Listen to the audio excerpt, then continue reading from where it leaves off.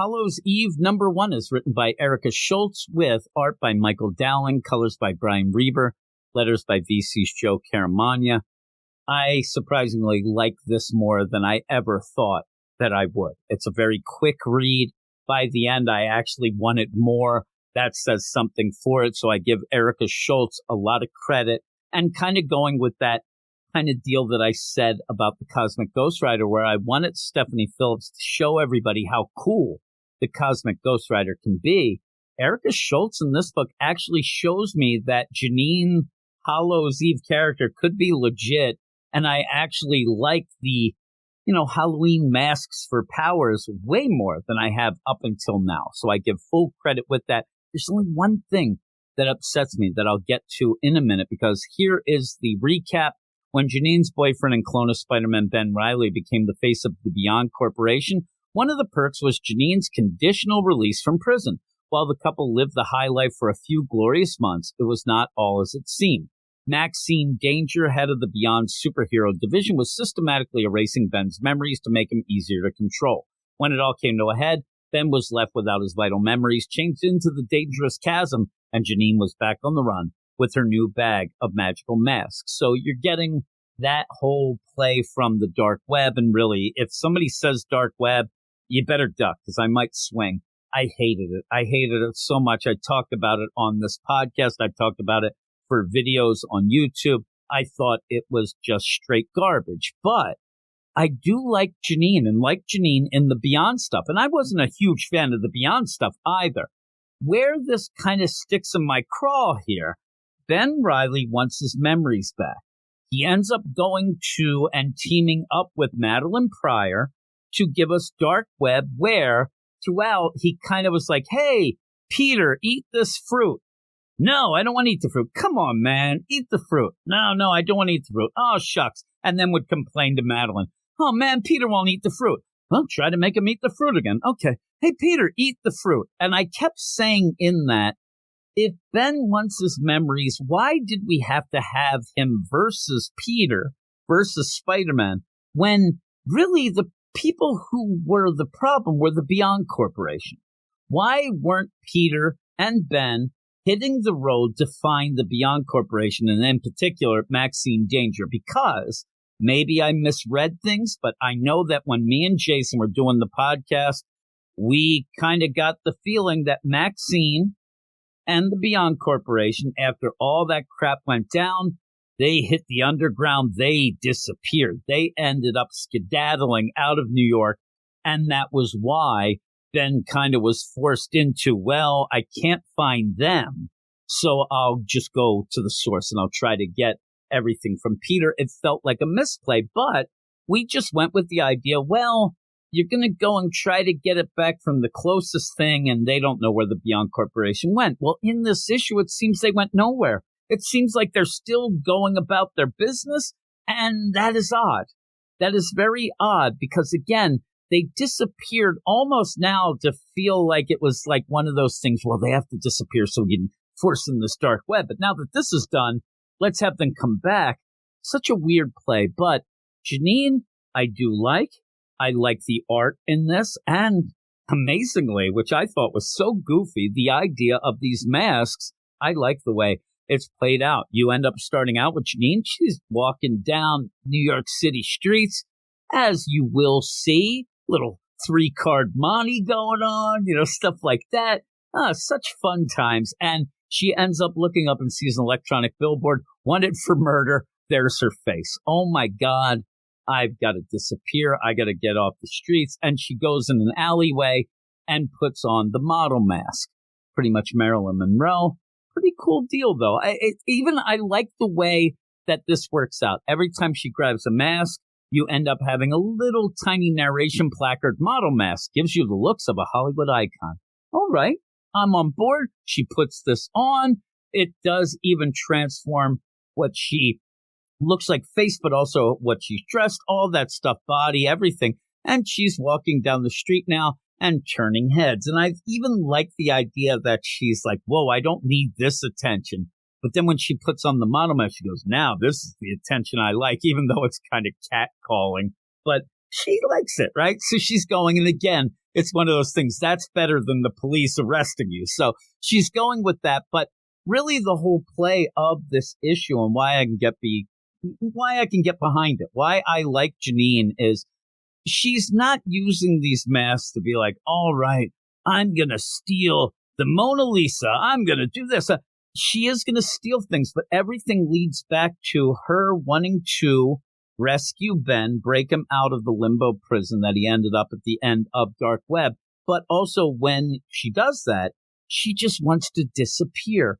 This is something that she kind of wants to do. She just wants to go off the grid. She says one of the best times that we had were when her and Ben just took off and they ended up disappearing for a while. But you're going to need money for that. And she's going to try to gather up that sort of thing, before she ends up trying to break Ben out of limbo. So she goes into a bank. She's been told that things are there. And she ends up then, the guards like, hey, miss, we're closing in 15. She's there still as Marilyn Monroe, like, oh, I'm just using a little girl's room, goes in and then pulls out the ghost mask, which I think is really cool. She ends up almost looking like, Moon Knight a bit, but you get ghost mask, gives you intangibility and invisibility. She ends up becoming a ghost, and then she flies through walls, goes into a bunch of these, safety deposit places and all these things in the bank, passes a bunch of, classic. There's an Amazing Fantasy. There's a Hulk action figure. Everybody has their little trinkets and treasures there in the bank, but she's going for, the monies.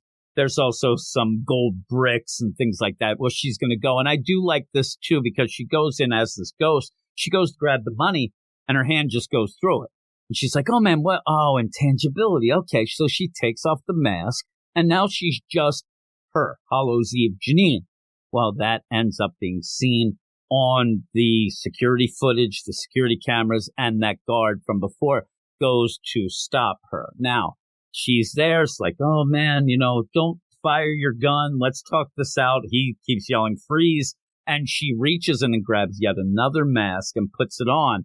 And this is pretty cool. It's the Wolfman, the werewolf. The Wolfman. We got the Wolfman in the house. And she turns into this. And this is where we're going to get. And I thought, okay, at this point, that's cool. It's cool that you're getting all these masks. And oh my, maybe there'll be more. This will be neat to see. But what is the overall deal? And are there any repercussions to this? What are the stakes? I mean, I don't want to just have a series where Janine is running around putting mask after mask to go through walls, and then she's doing this and that. You need something else beside that. And you do start getting it here. This guy, he's just a security guard. He doesn't want to mess with the Wolfman. Who would want to mess with the Wolfman? I wouldn't. So he's freaking out. And you do, though, have this point where Janine Wolfman is kind of a bit crazed, almost taking that whole persona deal, and does end up slashing the guard, knocks the gun out of his hand, but does cut him. You see him get cut. And I right away thought to myself, they're going to do this, but this guy should become a Wolfman. This guy should definitely become a werewolf. The Wolfman. And I'll give Erica Schultz credit. He does by the end. And I'm like, all right, maybe that was one of the reasons why I'm like, all right, this is a little more thought out than what we usually get from a nonsense book. So I'm down. And you end up, this guy, he ends up getting slashed. You end up having Wolfman Janine run off with the money. But this is around, and there's, footage, and this leaks that a Wolfman, a werewolf, has robbed the bank. You end up getting a call down at the 5th precinct, and you have this woman, Sherry, Detective Stevens. She ends up having to take this case. Hey, Sherry, we got this weird one down here. It was a Wolfman, and it ended up robbing a bank. Oh, my God, what am I getting myself into? You also, in this, to drive me nuts, you do have a bit of a callback with the dark web stuff of, oh, man, somebody's toaster almost ate their dog. I'm like, stop it. Get out of there. But I like that this Detective Stevens, it is. I think I might have said Stevens, but it's Detective Stevens, is already like, I thought we were done with this bull crap, but has to go down and check out the werewolves. I almost coughed there. But then we go to the Beyond Corporation headquarters. I'm like, what? What's happening? I thought that they skedaddled. You get Maxine Danger not really well presented in a way. If you didn't know her, you really wouldn't know what's going on. But she's still, for lack of a better term, still a bitch to everybody. But I did always like her a bit for just being such a jerk and just on Front Street about it. And she's yelling at her tech guy. She's yelling at everybody else, but they end up hearing about this Wolfman. They even have the footage. This intrigues her, says to everybody, hey, everybody here, you keyboard jockeys, you find out everything you can get from security footage and everything online while I get my team. We're going to get dressed up and we're going to go to the scene and figure this on out. And again, I question why we have to get the Beyond deal in, but getting them in, and if you know them and you know this Maxine, there's trouble afoot and you don't really have to know anything else. They're going to do something. They're going to try to search out this whole Wolfman that could lead to Janine. And that's big trouble because they're the ones, the Beyond Corporation is the ones who ended up getting her out of jail in the first place, all that stuff. But we go to Janine. She ends up being, squatting in some unfinished building. You end up where she is going to give some recap here of what she's doing and how she wants to get Ben out. And hey, it was the greatest when we were on the road and we could disappear. And that's why she's getting the money. And again, that is something that I can get behind.